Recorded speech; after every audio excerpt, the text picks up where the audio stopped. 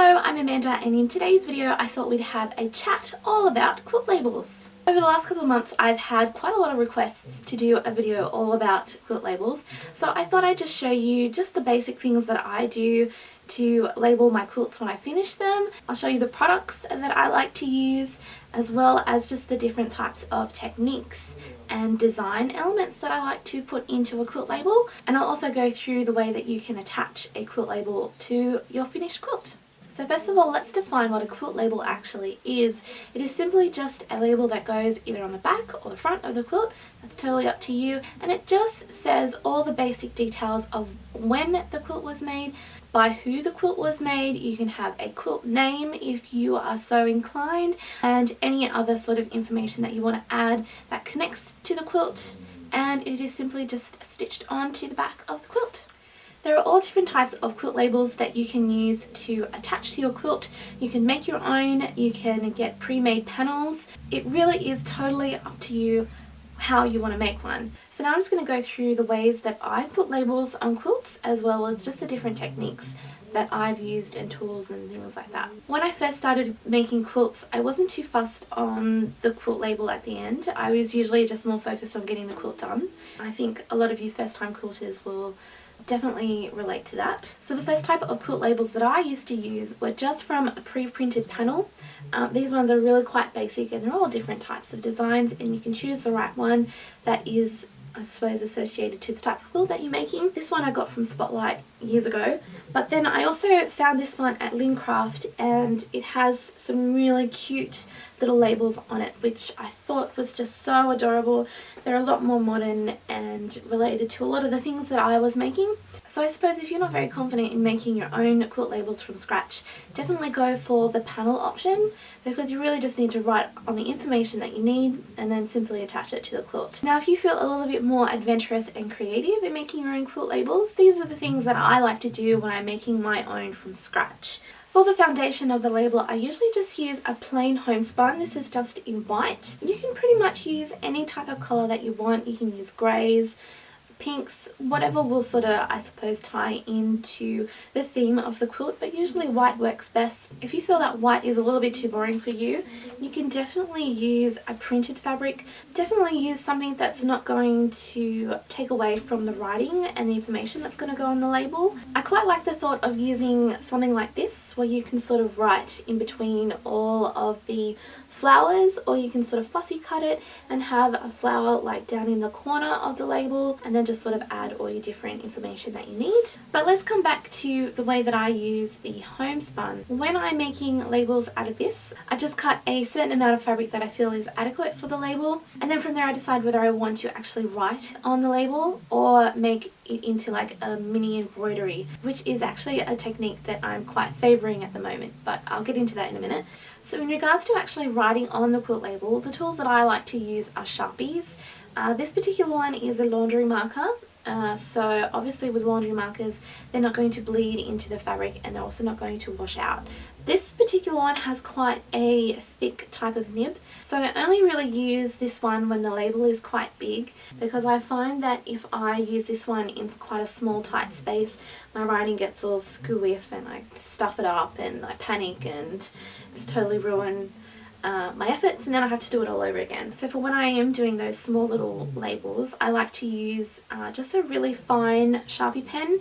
The nib on this one is really quite fine, and I just find that felt tip pens are a lot easier to write on fabric. The writing is sharp and clear, which is what you want in a quilt label, and obviously it will last. When I decide to do a label with embroidery, I usually just use a lead pencil, nice and sharp at the tip, and just write the things that I need to write on the label, and then I choose the different threads. I quite like to use DMC threads or floss. Again, it is totally up to you the thickness of the thread. Usually with floss thread you can separate the strands of threads.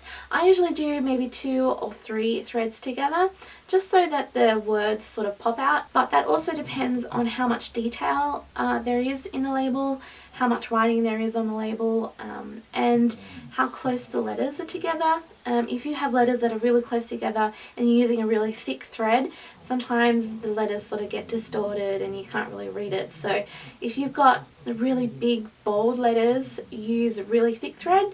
If your letters are really tiny and small, maybe use 1 or 2 threads together, and that way you'll have a really lovely, sharp, presentable quilt label.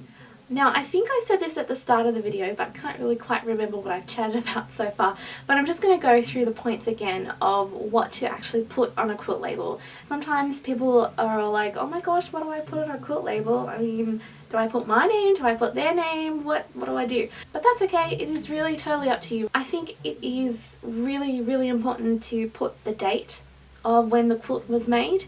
I usually like to put the month that the quilt was finished in, as well as the year. So obviously it's September, so if I finished a quilt in September, I would just put September 2014. And then you can put your name.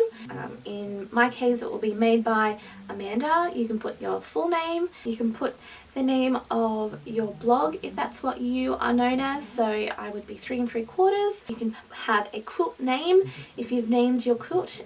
So I've got different ones that I've made. So I've got my Jacob's Ladder quilt. If you're making a quilt for a show and you've named it, you can put the name of the quilt there. Usually when you are doing entries for a quilt show, they will say to put the name of the quilt. One of the latest ones that I've entered into a quilt show is the Happy Quilt, so I actually had to put that on the quilt label, the Happy Quilt made by Amanda, and then the date. Now if you're giving the quilt to someone, you can put their name on the quilt. If it's a baby quilt, you can put the baby's name on it. You can write a really lovely message for the person who is actually receiving the quilt. You can write a really lovely poem or a saying, or just something that I suppose sort of ties you to the person that is receiving the quilt. That's always really quite nice. So when you're writing on your quilt label, you don't just have to just add writing. You can also add different types of designs and appliques onto it. The applique quilt label that I've made was for my quilt called A Summer Bloom. It's actually a wall hanging. I was going to put this Dresden plate on the front of the quilt, but I thought it didn't really work. So I instead made it into the quilt label at the back. Now I'd have to say this one is one of the most detailed quilt labels that I've ever made, and it took forever, but I mean you can see that it was just totally worth it, and it just adds just this sense of character to the quilt. Another way that you can put information on a quilt label is by stamping.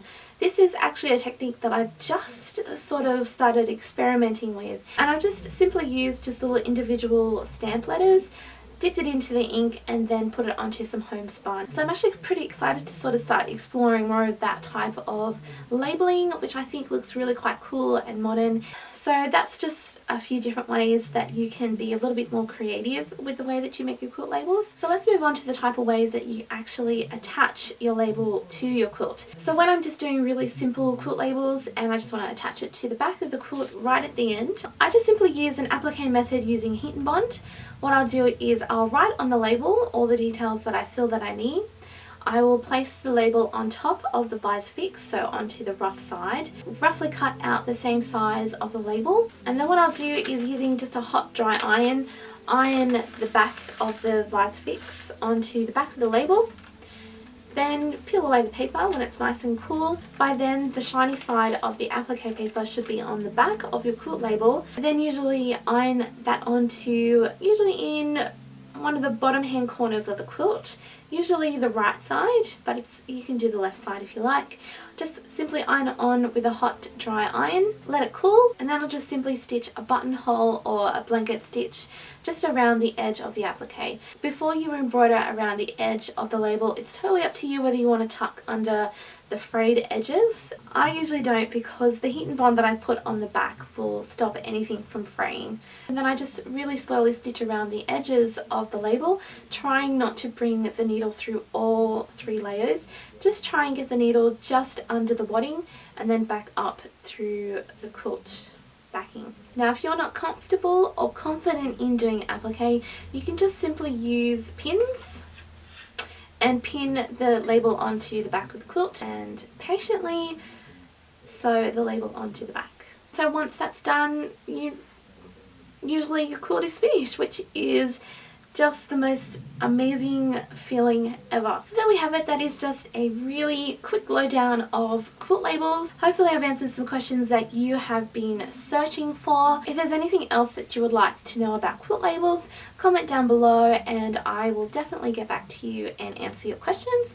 Now that I've taken the time to sit here and chat to you about quilt labels, I think I might do a hands-on tutorial of how to actually attach a quilt label so you can actually see it. I suppose on one level it's okay to sit here and chat about how to attach a quilt label. I suppose it'll be a whole different level of actually me showing you how to make a quilt label step by step and how to attach it. I'm thinking I might actually do that quite soon just to sort of tie it in with this video, so be on the lookout for that. If you're looking for inspiration of different types of quilt labels, check out my board on Pinterest. There's a link to that down below, and I've got a whole bunch of different quilt labels that I found on Pinterest that hopefully might give you some inspiration and a bit of a spark of how to make your own.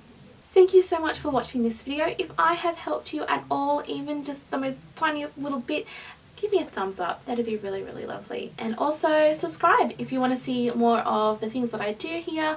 I've got lots more tutorials on the way. I'll have that quilt label tutorial very, very soon for you to watch. And yeah. Yes. Thanks again for watching, and I hope to see you another time very, very soon. Bye!